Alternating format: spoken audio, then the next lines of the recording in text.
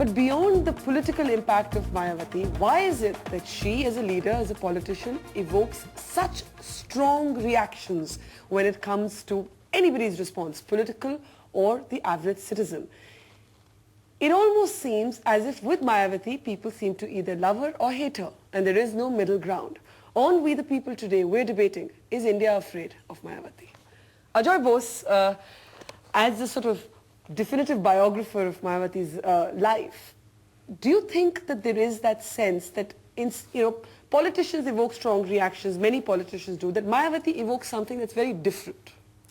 She is the unique political paradox, many ways symbolizing a paradox, because she represents probably the most oppressed community in the history of mankind. At the same time, she has a mannerism and a style which is often very, very provocative and completely different to the image you would expect of a leader who leads such an oppressed community. So she would be associated with diamonds or with bungalows, which you wouldn't expect really. You would expect somebody who's much humbler and much more closely connected to the people. But is that middle-class hypocrisy to expect that? I mean, is there a problem there that somehow because she's a Dalit leader, why don't we notice the diamonds and the sartorial sense of other people? I mean, we Absolutely, do, but because I personally feel that sometimes she deliberately provokes this class. And I think there is this demonization about, of Mayawati, and which we're increasingly seeing of... So you believe the larger response to her is one of demonizing her? Absolutely. Chandan, a party like the BJP has done business with Mayawati. In this current election, it seems that that's not going to be the case, but who can rule out anything?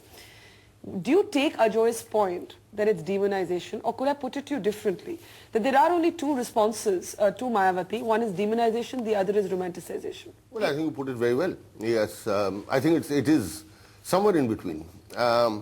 Well, I think the problem, or why people are, somewhat nervous, they don't know how to respond to Mayawati, is because her rise has been phenomenal, and also she has made her own rules along the way.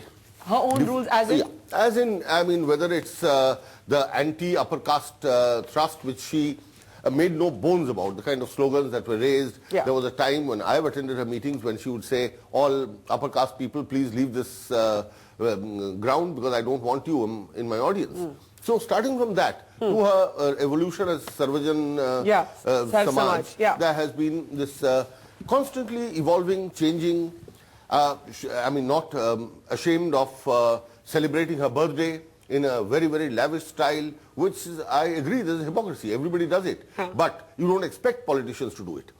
But yet when Mayawati does it, it's more commented on than when Amar Singh does it.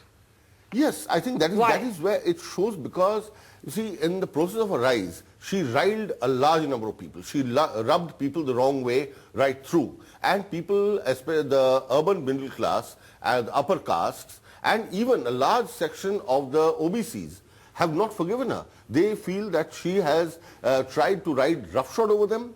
She has tried to deny them what they believe are their traditional What's your own privileges. view? Before I go to Ashutosh Varshney, what's your own take? What is Mayawati for you? What does Mayawati represent?